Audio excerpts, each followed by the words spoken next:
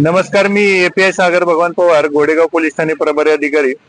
मागील जवळपास 8 ते 10 तासामध्ये आपल्या गोडेगाव पोलीस स्टेशनच्या कार्यक्षेत्रामध्ये मोठ्या प्रमाणात अतिवृष्टी झालेली आहे। बऱ्याच ठिकाणी रस्त्यावरती दरड कोसळलेली आहे आणि त्यामुळे मार्ग सुद्धा बंद झालेले आहेत। आता प्रामुख्याने जो भीमाशंकरकडे जाणारा रस्ता आहे त्या रस्त्याला पोखरी घाटामध्ये 3-4 ठिकाणी दरड कोसळून सगळं मटेरियल, त्या माती आणि दगड आणि काही ठिकाणी झाडं हे सगळे रस्त्यावर आलेले आहेत। सकाळी आम्हाला ज्यावेळी पहाटे 3:30-4 वाजता ही माहिती मिळाली त्यावेळी सर्वजण आमची टीम या ठिकाणी नाकाबंदी करत आहे। तसेच प्रशासनाच्या सर्वांच्या मदतीने आपला पोखरी घाटातील रस्ता स्थानिक नागरिकांच्या JCB वगैरे यांच्या सहाय्याने मदत करत आहेत। आणि या माध्यमातून आपल्याला सांगायचं आहे की भीमाशंकरकडे जाणारा रस्ता सध्या बंद करण्यात आलेला आहे आणि नागरिकांनी त्या मार्गाने जाण्याचं टाळावे। विशेषतः पोखरी घाटामध्ये आम्ही डिंबे येथे सुद्धा नाकाबंदी लावलेली आहे, त्या ठिकाणावरून सुद्धा लोकांना वरती जाऊन देत नाही।